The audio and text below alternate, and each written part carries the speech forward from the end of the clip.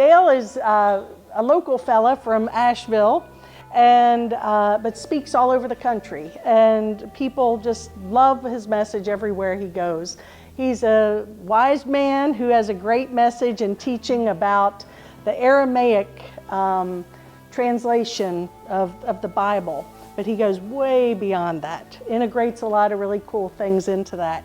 So I couldn't think of a better person to share our last Sunday with us at the Namaste Center of this year than Dale Allen Hoffman. So come on up, Dale. Welcome.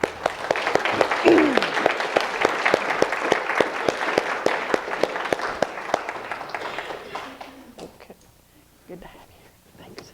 You told me I was going to have to get up in front of everybody. Oh, I forgot.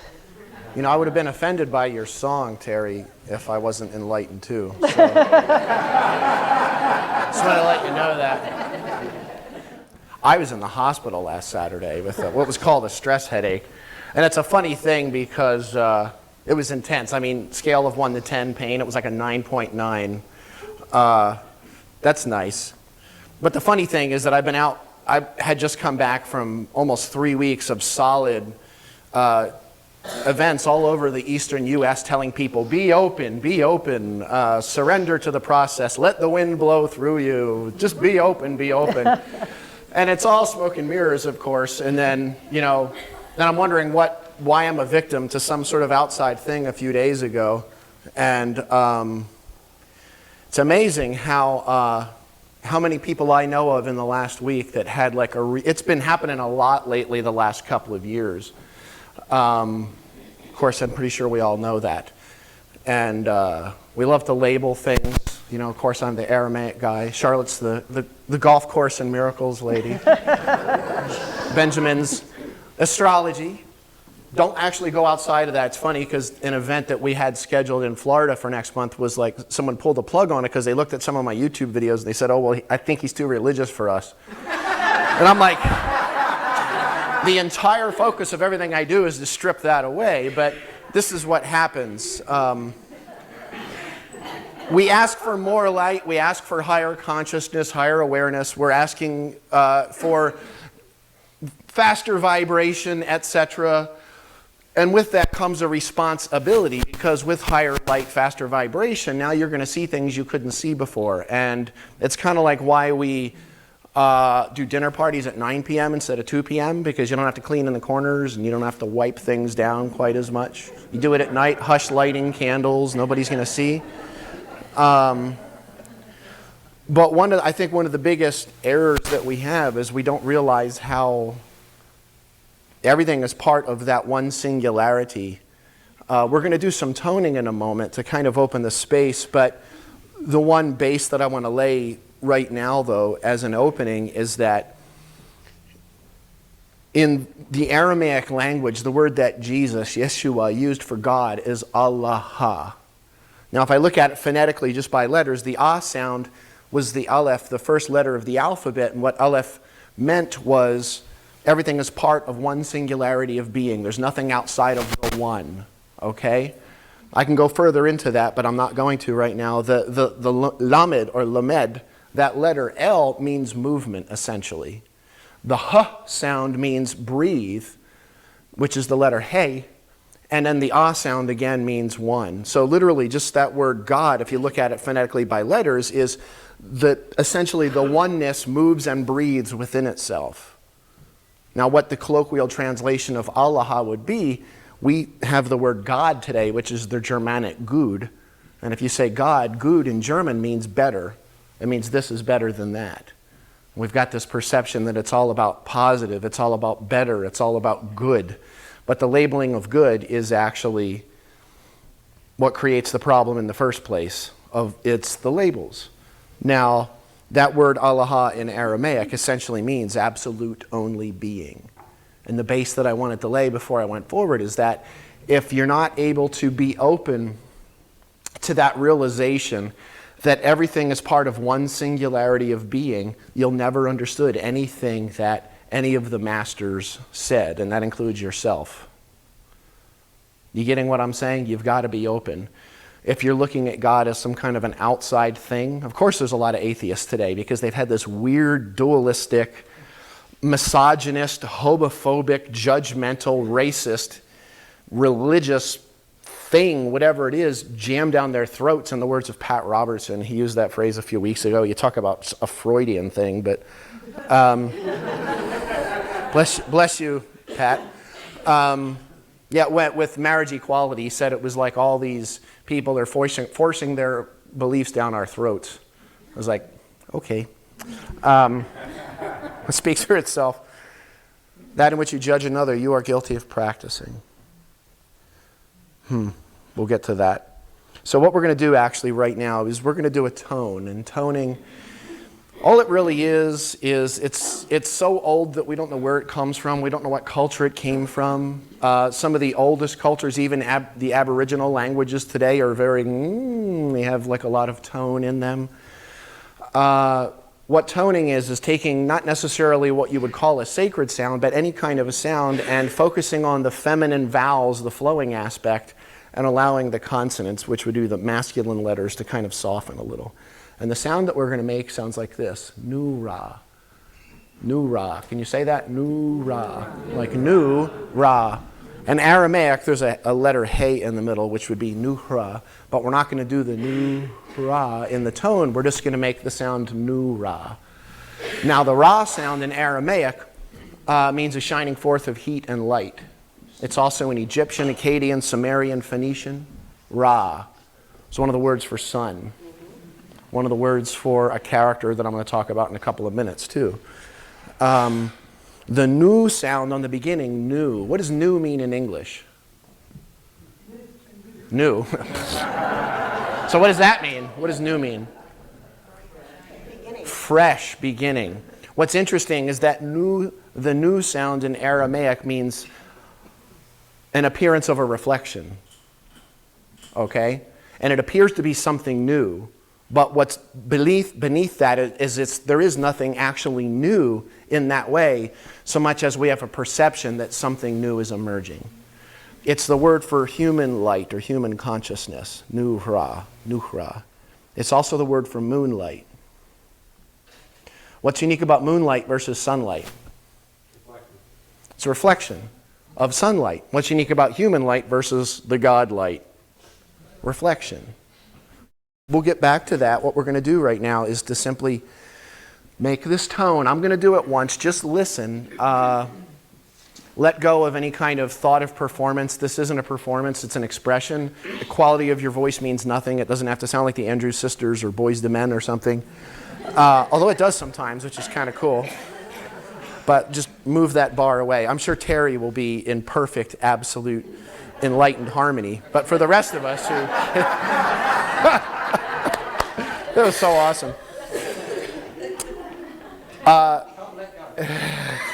can't let go because I'm just trying to show you where you're wrong, okay?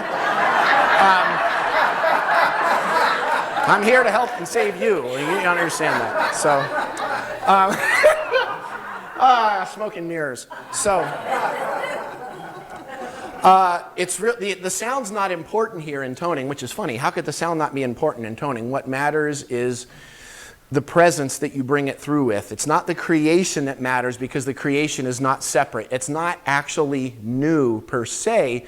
It's simply the expression of itself. And what matters is that it's as calibrated and or as singular as possible from that non-duality. And if you allow that tone to come from that peace, that presence, that place of love and balance, it takes care of itself. However, if you try to make a perfect sound and you start to judge, oh, it's not quite good enough, it starts wobbling and wavering, and then all of a sudden you've got a mess. It's kind of like life.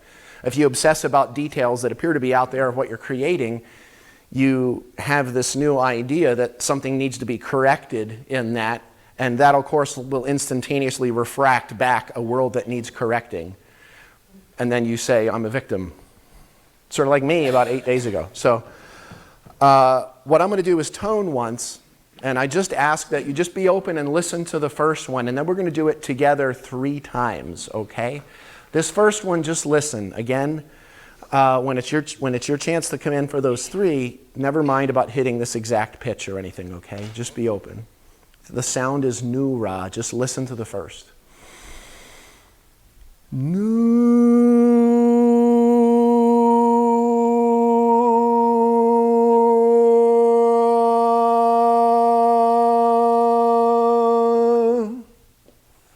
Okay? Let's do this 3 times. Nu.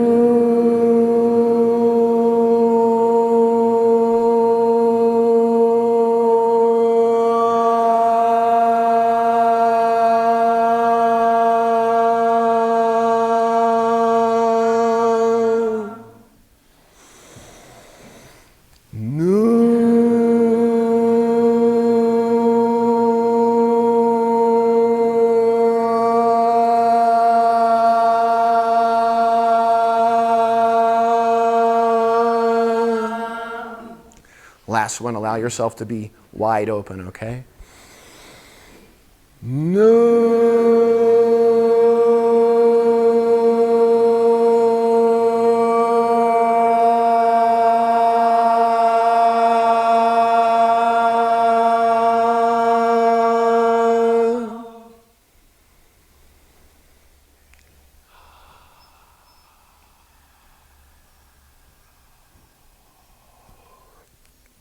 I'm going to ask you a rhetorical question, which means I'm not looking for an answer.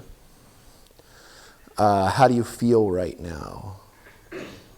What I mean by that is scan the haikla in Aramaic, which is that word that means the conscious life energy, the gathering of conscious life energy. It was translated as temple. How does your temple feel right now?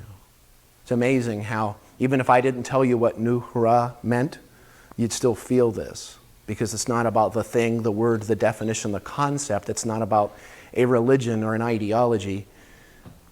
It's about it. It's about the essence, the vibration. Now, talking about moonlight, sunlight, what's the only part of the moon that the sun chooses not to shine on? The back, right? That's a trick question. Snagged you that early. Nobody's going to answer questions now when I trick you in the beginning. The key word there was choose. The sun doesn't choose not to shine. The sun shines. The God light shines. Our light shines. However, the only part of the moon that the sun isn't able to hit or get to is the part that's turned away. Now, most philosophies will tell you, affirm that you're light and then turn away from darkness, turn away from what's not right. The problem in that is that that's what darkness means.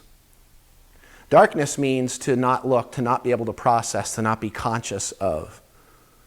I think we're missing a lot of that here in that sort of, it's this kind of last 20 years of New Age metaphysical book sales that's kind of told us that, turn away from darkness. However, we asked for more light, higher awareness, higher consciousness.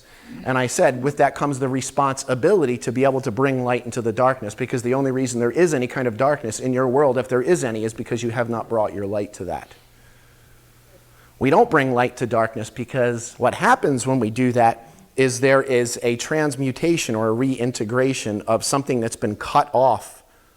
And we basically say, in the words of Rabbi Michael Berg, you're standing next to a mountain and then you rip a rock from the mountain, and now you have a rock plus a mountain, but yet the rock is the mountain.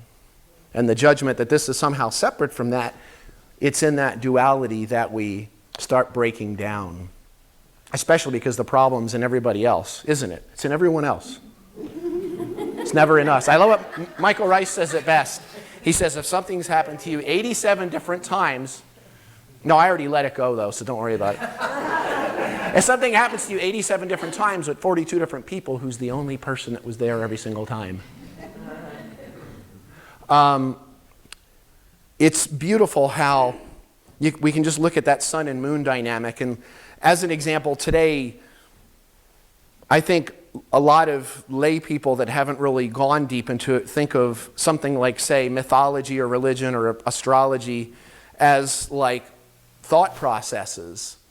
Interesting how a couple thousand years ago, they were actually, it was life, like astrology as an example. It wasn't just a belief in things happening.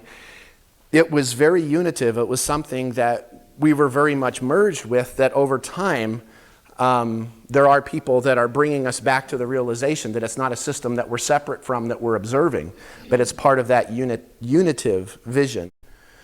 In the words of Joseph Campbell, he said this in 1973.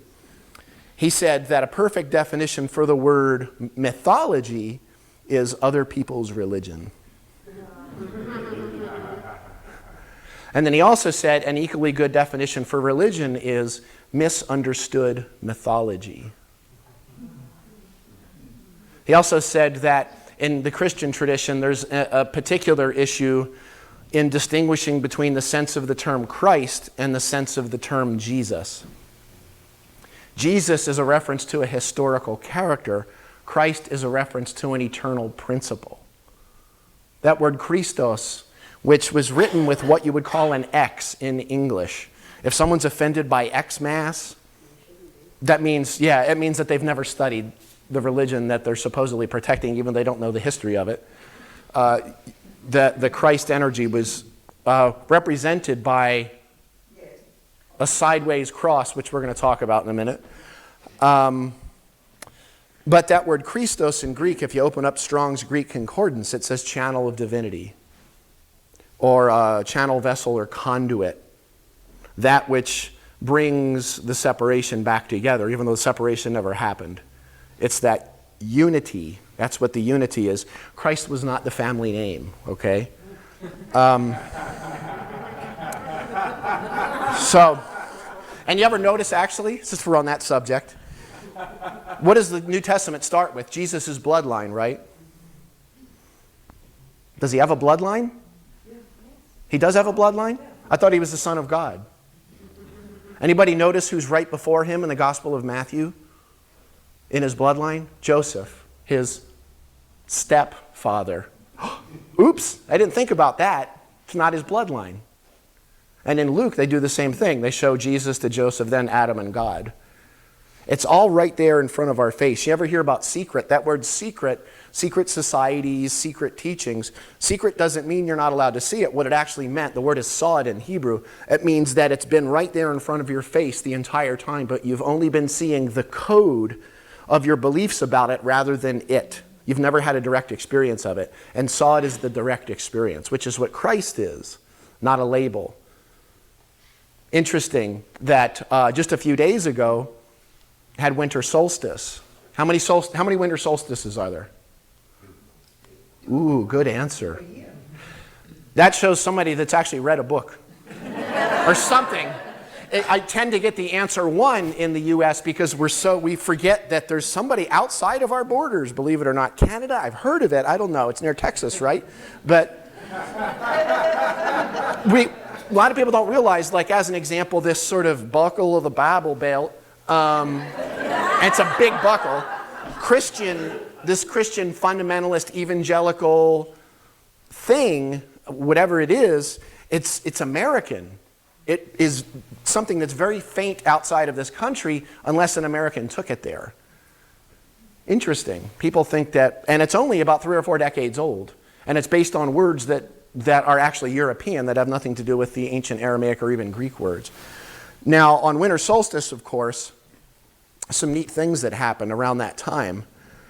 I mentioned that Joseph Campbell, quote, a perfect definition for mythology is other people's religion. A perfect definition for religion is misunderstood mythology. Now, I want to introduce you to a guy. His name is Horus. Horus was born on December 25th of the Virgin Isis Mary, right around the year 3000 BC in Egypt. He was known as Ra. He was known as the Lamb of God, the Good Shepherd, the only begotten Son of God, the light of the world. Sounds familiar, I know, I can't place it, but gifted in religious theology as a child. 3 kings followed a star in the east to locate that newborn Savior. Teaching in the temple at the age of 12. At the age of 30, he began his public ministry after being baptized by Anup. traveled about with how many disciples? 12. This is all purely coincidental, I'm sure. Healed the sick, raised the dead, walked on water, turned water into wine. Was crucified, dead for how many days? 3, and then resurrected. Okay, that's interesting. That sounds familiar, doesn't it? If you actually stuttle. So we're going to create a new word today, and that word is stuttle. So we'll see if you remember it at the end. Study the Council of Nicaea. Emperor Constantine was very clear, and it wasn't hidden, that they intentionally laid the Horus story on top of the Jesus story. And the Horus story is the same as Mithra, Dionysus, Osiris, which was Horus's daddy, and lots of different other mythologies that had existed for thousands of years, because it's an eternal message that's not about a person. It's about the realization that we are what we observe, that the one light is not separate from all lights, that what appears to be thousands of different souls on earth, or billions of souls on earth, how many lights are there? There's one. In the words of St. Francis of Assisi, he said, "What you are looking for is what is looking." Now, on December 21st each year, and there's also June 21st in the Southern Hemisphere, but they don't exist because they're not in America, so they're not included. If Dick Cheney doesn't include them, neither do I. So that was a swat. That in which you judge another, you are guilty of practicing. Anyway. Very subtle. Yeah, it's a very subtle message. Like a stuttering subtlety. That's what it meant, actually. So what happens actually is that actually on December 21st, from the region of what was at that point southern Greece, say extreme southern Italy, maybe Sicily, northeastern Africa, and parts of what's now Israel, Jerusalem, Judea, all those different regions within there. From right around, I'm not sure exactly what the timing of this is, but several thousand years prior to the birth of Yeshua to a little bit after, you could actually see what's called the crux, or the Southern Cross, from that region. Now it's actually really only from the Caribbean, essentially, Southern Hemisphere. But what happens on December 21st is that the 3 kings, or actually, the sun drops down into the region of what's called the Southern Crux, or Cross, which is kind of like this constellation. The only begotten Son, S-U-N, of God, drops down into the cross from the perception of earth, where it stays there dead on that cross for 3 days. Late on the 24th, early on the 25th, the 3 kings of Orion's belt point directly at Sirius, the star in the east, also known as Dog Star, a binary star system, 2 stars, Sirius A, Sirius B, and they point directly at the only begotten Son of God, which is reborn from the crux on the morning of December 25th. Sirius, the star in the east, interesting star, Dog Star. What's even more intriguing is that the Lakota, the Sioux, the Navajo, and the Plains tribes of the northern plains of America also called it the Dog Star. That's interesting. But what actually happened was Sirius would start to emerge in the sky late summer, and they believed that the plants would start wilting, men would get lazy, and women would get frisky. Let's just say frisky. And it could result in that, yes. That was called being starstruck. These were the dog days of summer. Again, religion is misunderstood mythology. And I would say even beyond that, it's believing that what you're observing outside is somehow separate from what's inside. Not realizing that when I showed those lights, that as an example, when Yeshua was asked in the Gospel of Thomas, which was a Gnostic text not allowed in the Bible, one of the disciples said, "Can you tell us how our end will come?" And although he doesn't chuckle, I kind of imagine he probably went or smacked him on the forehead like they did to Biff did to Marty McFly in Back to the Future. "Hello, McFly, anybody in there?" Because he said, have you actually found the beginning that now you're looking for the end? He said, "Blessed are the ones who take their place in the beginning. which is the word head, or resh in Aramaic, for they will know the end, which is also the word head, or resh, which means the leading edge in Aramaic. Blessed is the one who takes their place in the beginning at the head, for they will know the end, the head, and they will not taste death. Because the death is belief in inside, outside, light, dark, positive, negative, masculine, feminine, as somehow two separate things. Rather than if I were holding a battery and I had positive on this end and negative on this end, who could come up and show me where it changes from positive to negative? Does that place exist? Not physically, no. It exists experientially only. You know when you're in balance because you can feel that. You getting what I'm saying? And it's not always, it's not a location, it's experiential, and it's kind of essentially going like this.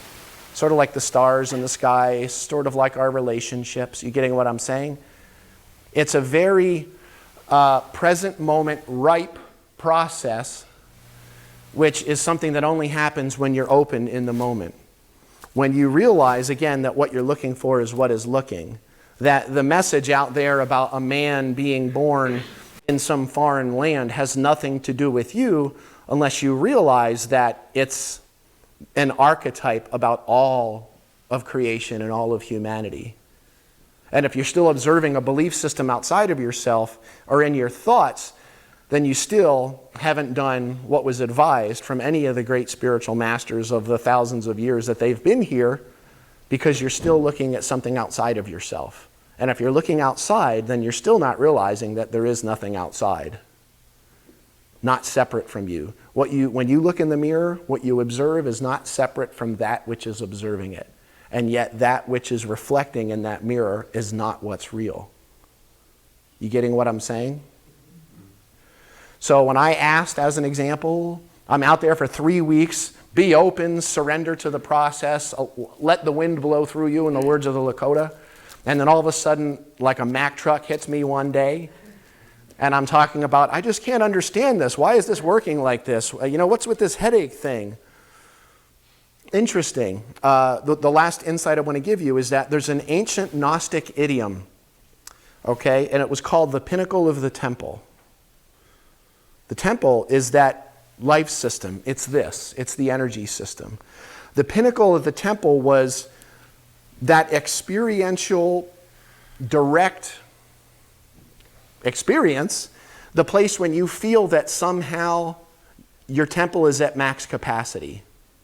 An example in what we would call the positive sense would be a baby in the first couple hours of life, holding that baby. That's a pinnacle of the temple experience. Another experience would be public shaming or the death of someone you love dearly, a child, cancel the thought. Do you understand what I'm saying? That feeling of overwhelm. Now, the pinnacle of the temple doesn't mean that a guy named Jesus climbed to the top of a brick thing and stood on the top and looked down and said, I'm going to throw myself into rocks and the angels are going to catch me so that I can prove I'm the Son of God. Oh, my God.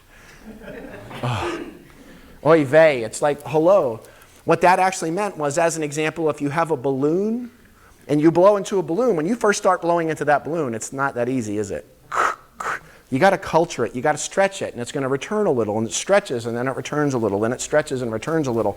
When that balloon's at max capacity, the pinnacle of the temple, you can look at it, and you can see the places where there's some bluntness.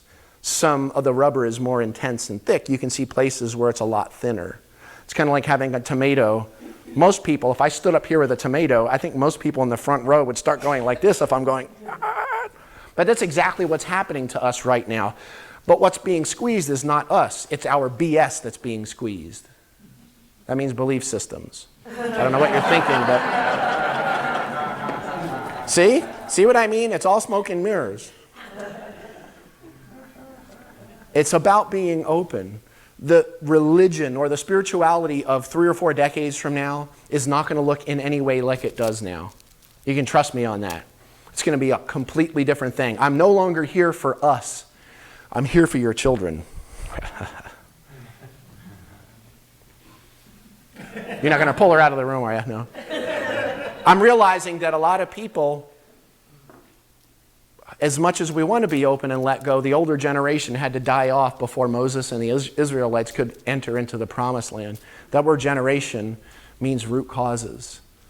The kids that are coming in, you know, the ones we're labeling as autistic, hyperactive, ADHD, ADD, whatever that may be, that's us. But it doesn't have the shell on it that we have. We looked at the 50s and saw it in black and white and Leave It to Beaver, and we thought, okay, look at Barbara Billingsley. June Cleaver's always smiling when Ward gets home. She's just a happy lady, and things were better in the 50s, and now it's falling apart. No, they weren't showing you the 5th of Yukon Jack that she had in that little tiny drawer. That little drawer next to the fridge. And if you ever noticed, when Ward pulled into that driveway, he was moving fast because he had one in his desk in the den. So as soon as she hears the car, she's like, and he walks in, "Hi, honey!" And we tend to look at things now as if they're falling apart. No, it's the same thing. It's just not under the carpet anymore. And now we can see what we couldn't see before. Trust me, if I was doing what I'm doing now in terms of religion, especially with the Jesus teachings in the United States of America, I would already be dead. And it would have been an accident. You get what I'm saying? Oops, I'm sorry, I didn't see him. I know, day glow, orange. Middle of the day, he was wearing flashing neon lights on his head and flapping his arms. I didn't see him, I'm sorry. It's not happening anymore. All we need to do is just stay open, be open. When you feel that you're clenching down and things are getting intense, that word was retranslated from rucha in Aramaic to spiritus ultimately in the Latin. Spiritus is spirit. In Aramaic, it meant more accurately breath. The root of most of the Jesus teachings was about coming back to your breath. It's not there in the Christian teachings. In his language, it still is. Remember to breathe, feel it, and let it pass through the system. If you can't handle it, that's okay, because it'll be handled for you if you want to resist it. Trust me. And it's not pleasant. Just for the kids, let's stop indoctrinating them and dumping religion and all this information on top of them where they just become these like trash cans to spit out things like computers with inaccurate historical things and inaccurate grammar things. Study the English language. The laws of grammar that we were taught in elementary school aren't actually true, many of them. Just be open. You getting what I'm saying? Be open. Because we are the ones we've been waiting for. And it's not the future, it's not outside, it's not the next generation, it's now. Just going to consistently continue to open. And the more we resist, the more it's going to start collapsing back on itself. Just be open. Let the wind blow through you. Because what you're looking for is what is looking. Because you are that light. Thank you for being open. Thank you.